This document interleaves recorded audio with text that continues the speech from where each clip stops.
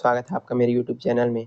तो आज हम लोग पढ़ने वाले हैं कक्षा 6वीं, विषय हिंदी से पाठ 2, एक टोकरी भर मिट्टी। इसके लेखक हैं श्री माधवराव सप्रे जी। तो चलिए पढ़ना शुरू करते हैं, वीडियो शुरू करते हैं। चैनल को सब्सक्राइब कीजिएगा, अपने दोस्तों के साथ जरूर इसको शेयर कीजिएगा। ये जो पाठ है बहुत ही बेहतरीन, बहुत ही शानदार होने वाला है। वीडियो में आपको अंत तक बने रहने ताकि पाठ आपको अच्छे से समझ आए। चलिए पढ़ते हैं।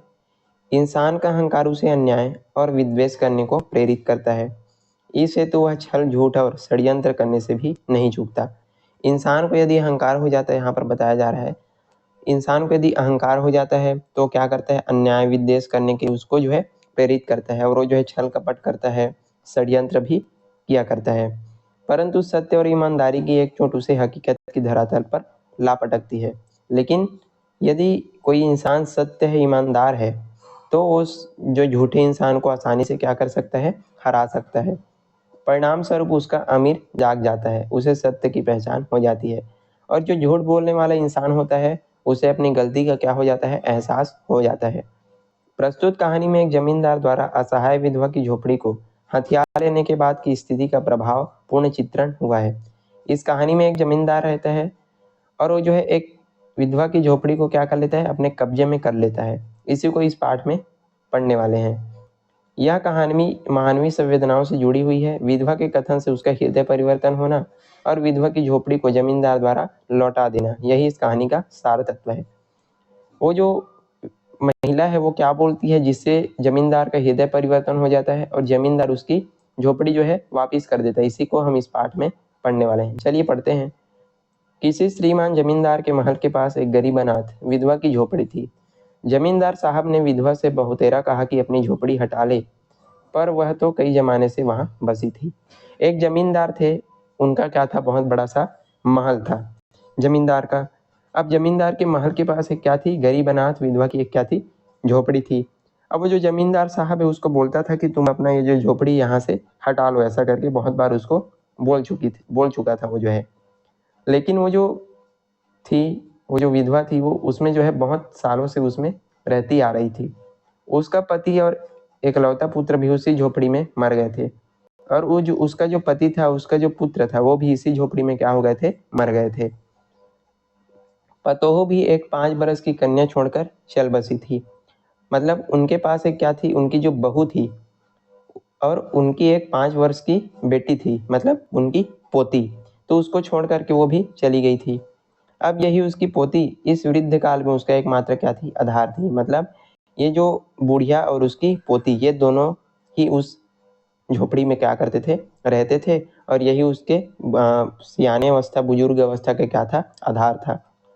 जब कभी उसे अपनी पूर्व स्थिति की याद आती तो मारे दुख के फूट फूट कर रोने लगती थी। और जब से उसने अपने श्रीमान पड़ोसी की इच्छा का हाल सुना, तब वह मृतप्राय हो गई थी। वो जो है अपने पति को, अपने बेटे को और अपने बहू को याद करके जो है रोती थी। उसको जो है बहुत क्या होता था, दुख होता था। और जब से ये जो जमींदार है वो उसको जो है झोपड़ी को हटाने की बात किया करते था, तब से वो जो है बहुत क्या हो गई थी, चिंतित हो गई थी। उस झोपड़ी में उसका मन लग गया था, बिना मरे वह वहां से निकलना नहीं चाहती थी। मतलब वो जो झोपड़ी था उसमें वो जो है रहना चाहती थी, और बिना मरे उस झोपड़ी को नहीं छोड़ना चाहती थी। लेकिन जमींदार उसको जो है क्या करना चाहता था, हथियाना चाहता था, अपने कब्जे में करना चाहता था। श्रीमान ने सब प्रयत्न निष्फल हो गए थे। मतलब ये जो जमींदार है, देख सकते हैं यहाँ पर, ये जो है इसकी झोपड़ी को जो है यहाँ से हथियाना चाहता था, अपने कब्जे में करना चाहता था। अब क्या होता है, वे जमींदारों वाली चाल चलने लगा। अब ये जो है चाल चलता है कौन, ये जो जमींदार रहता है वो। बाल की खाल निकलवाने वाले वकीलों की थैली गरम करके उन्होंने अदालत में झोपड़ी पर अपना कब्जा कर लिया। अब ये जो है क्या करते हैं, जो वकील रहते हैं उनको बहुत सारा पैसा दे देता है, और ये इसकी जो झोपड़ी है उसको अपने कब्जे में कर लेता है। विधवा को वहां से निकाल दिया, बेचारी अनाथ थी, पास पड़ोस में जाकर रहने लगी। अब उसको झोपड़ी को अपने कब्जे में कर लेता है, तो ये जो बेचारी है उसको निकाल देता है, और जो है वहीं रहने लगती है। एक दिन क्या होता है, उस झोपड़ी के पास आसपास टहल रहे थे जो श्रीमान, मतलब जो जमींदार थे, उसी झोपड़ी के पास जो है टहल रहे थे, और लोगों को काम बता रहे थे कि इतने में वह विधवा एक हाथ में टोकरी लेकर वहां पहुंची। अब जैसे ही एक दिन क्या होता है, ये जो जमींदार रहता है वो वहीं पास जो है टहल रहे थे और लोगों को जो है काम बता रहे थे, लोग काम कर रहे थे, उसको जो है काम को समझा रहे थे। तो ये जो विधवा है वो अपने हाथ में एक टोकरी को लेकर के वहीं पर पहुंच जाती है। श्रीमान ने उसके देखते ही अपने नौकरों से कहा, तुम उसे यहाँ से हटा दो। पर वह गिड़गिड़ा कर बोली, महाराज अब तो यह झोपड़ी तुम्हारी हो गई है, मैं उसे लेने नहीं आई हूँ। अब जैसे ही ये जो जमींदार है उस विधवा को देखता है, उस बुढ़िया को देखता है, तो वो क्या बोलता है अपने नौकरों से कि इसको जो है यहाँ से भगाओ, इसको हटाओ, ऐसा करके। तो जो बुढ़िया है वो बोलती है कि महाराज जमींदार जी, ये झोपड़ी अब तो आपकी हो गई है, मैं इसको लेने नहीं आई हूँ, ऐसा करके। महाराज क्षमा करे तो एक विनती है। जमींदार साहब के सिर हिलाने पर उसने कहा, जब से यह झोपड़ी छूटी है तब से मेरी पोती ने खाना पीना छोड़ दिया है। मैंने बहुत कुछ समझाया पर वह एक नहीं मानती।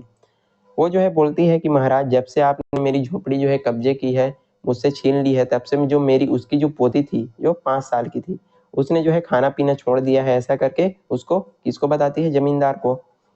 यही कहा करती है कि अपने घर चल तब रोटी खाऊंगी। वो बोला करती है कि जब तक हम अपने घर नहीं जाएंगे तब तक मैं खाना नहीं खाऊंगी, ऐसा करके वो जो है बोलती है। अब मैं यह सोच के इस झोपड़ी में एक टोकरी मिट्टी लेकर उसी का चूल्हा बना करके रोटी पकाऊंगी, इससे भरोसा है कि वह रोटी खाने लगेगी। वो बोलती है जमींदार को कि महाराज जमींदार जी, मैं जो है इसमें जो है एक टोकरी मिट्टी यहाँ से ले जाना चाहती हूँ और उसका जो है चूल्हा बना करके रोटी पकाऊंगी, जिससे वो जो मेरी पोती है वो क्या खाएगी, रोटी जो है खाना वगैरह खाएगी। महाराज कृपा करके आज्ञा दीजिए तो इस टोकरी में एक मिट्टी ले जाऊं। श्रीमान ने आज्ञा दे दी। अब वो जो है बोलती है कि क्या मैं इस टोकरी पर जो है मिट्टी ले जा सकती हूँ क्या, ऐसा करके वो जो है उससे पूछती है, किससे, जमींदार से।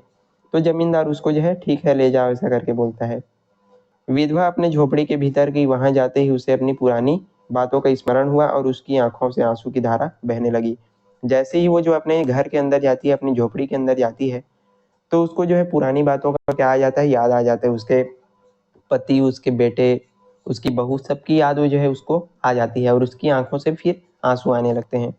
अपने आंतरिक दुखों को किसी तरह संभाल कर उसने एक अपनी टोकरी में मिट्टी भर ली और हाथ में उठा करके बाहर आई। अब जैसे ही वो जो है जाती है, अब खुद को जो है संभालती है और एक टोकरी मिट्टी भर करके बाहर चली जाती है। फिर श्रीमान ने हाथ जोड़कर विनती करने लगी, महाराज कृपा करके इस टोकरी को हाथ लगा दीजिए जिससे मैं अपने सिर पर धर सकूं। और जो है जमींदार जी को बोलती है, क्या आप इसको हाथ लगा करके मेरे सिर पर रख सकते हैं क्या, ऐसा करके। जमींदार साहब पहले तो गुस्सा हुए, फिर जब वह बार बार हाथ जोड़ने लगी और पैरों पर गिरने लगी तो उसने मन में कुछ दया आ गई। अब जमींदार पहले जो है गुस्सा हो जाते हैं कि मैं ऐसा नहीं करूंगा, ऐसा करके। तो जो बुढ़िया रहती है वो बार बार उसको जो है हाथ जोड़ती है, उससे निवेदन करती है कि आप इसको मेरे सिर पर रख दो, इस टोकरी भरे मिट्टी को, ऐसा करके। किसी फिर जब वह मतलब किसी नौकर से न कहकर आप स्वयं ही टोकरी उठाने आगे बढ़े।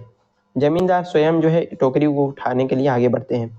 जो ही टोकरी को हाथ लगाया, ऊपर उठाने लगे, त्यों देखा कि उनकी शक्ति के बाहर है। फिर तो उन्होंने अपनी ताकत लगाकर टोकरी को उठाया चाहा, पर जिस स्थान पर टोकरी रखी थी उस स्थान पर एक भी हाथ ऊंची न उठी। अब जैसे ही वो जो है टोकरी को उठाने के लिए आगे बढ़ते हैं, कौन, जमींदार, तो वो जो है अपना पूरा शक्ति लगा देते हैं, लेकिन वो टोकरी को नहीं उठा पाते। जहां पर वो जो मिट्टी से भरा टोकरी रखा था वहां पर जाते हैं, लेकिन वो जो है वहां से जरा भी ऊपर नहीं उड़ता। वह लज्जित होकर कहने लगे, यह टोकरी हमसे नहीं उठाई जाएगी। अब जमींदार जो है क्या हो जाते हैं, शर्मिंदा हो जाते हैं कि इतना छोटा सा टोकरी मेरे से नहीं उठाया जा रहा है, ऐसा करके। और बोलता है कि मैं इसको नहीं उठा सकता, मेरे बस की नहीं है, मतलब जमींदार इसको बोलता है।